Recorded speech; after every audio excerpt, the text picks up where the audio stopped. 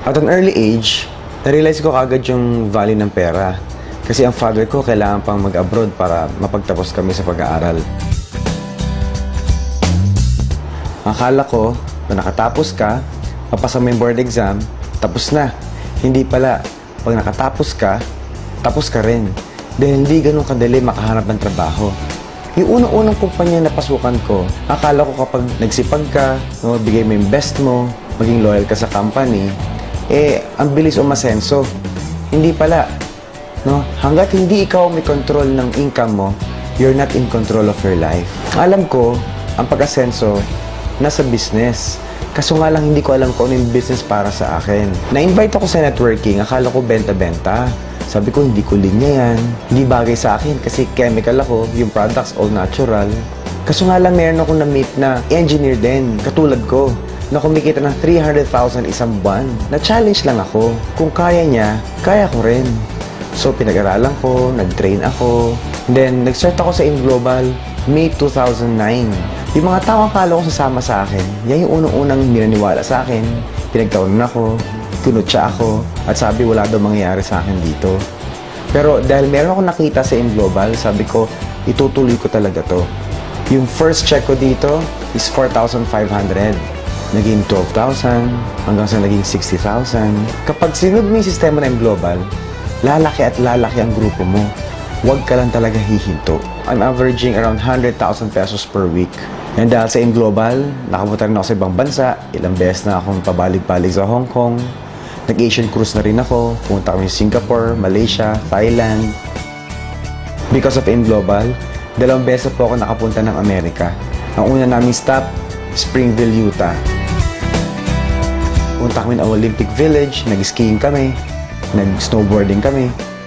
Punta rin kami ng Moab, yung mga rock formation nakita namin.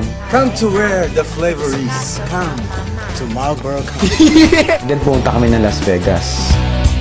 Nag-helicopter ride kami. Punta rin kami ng California, sa Universal Studios, isang Anaheim Disneyland. And dun kami nagpakabata talaga. Nag-stay kami sa US for 2 weeks. Lahat po libre. All expenses paid by the company. May pocket money pa kami. In 2 years, nakabili po akong 3 sasakyan. Yung first car ko, Montero. Yung mga kaibigan ko, nung nagsimula ako dito, ay nila maniwala. Nulubas yung Montero ko, hindi naman sila makapaniwala. Yung second car ko, Hyundai Tucson, pang coding. And wala pong isang buwan, after ko binili yung Tucson, binili ko po yung third car ko.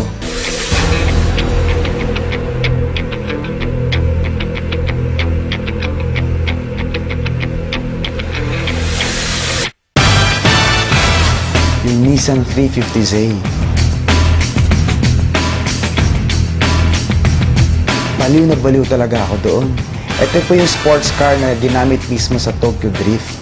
Kahit na hindi mo pangarap, kahit na pangarap ng kapitbahay mo, pag sineryoso mo, ibibigay ng InGlobal. And after 1 year, nakabili rin po ako ng condominium worth 5 million pesos.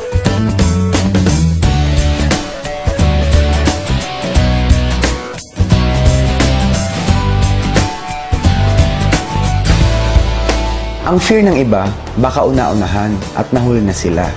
Katulad ko, after 3 years pa bago ako nag-join. Pero may prinsipyo nga ako eh. You don't have to be the first. You just have to be the best. Sa InGlobal, hindi lang naman puro pera, bahay, sasakyan nagbibigay sa'yo. Nag-gain ako ng knowledge, ng skills, na-develop yung personality ko, na-boost yung confidence ko. I was able to gain control of my time and my life. And most important, I was able to become a global ambassador of hope.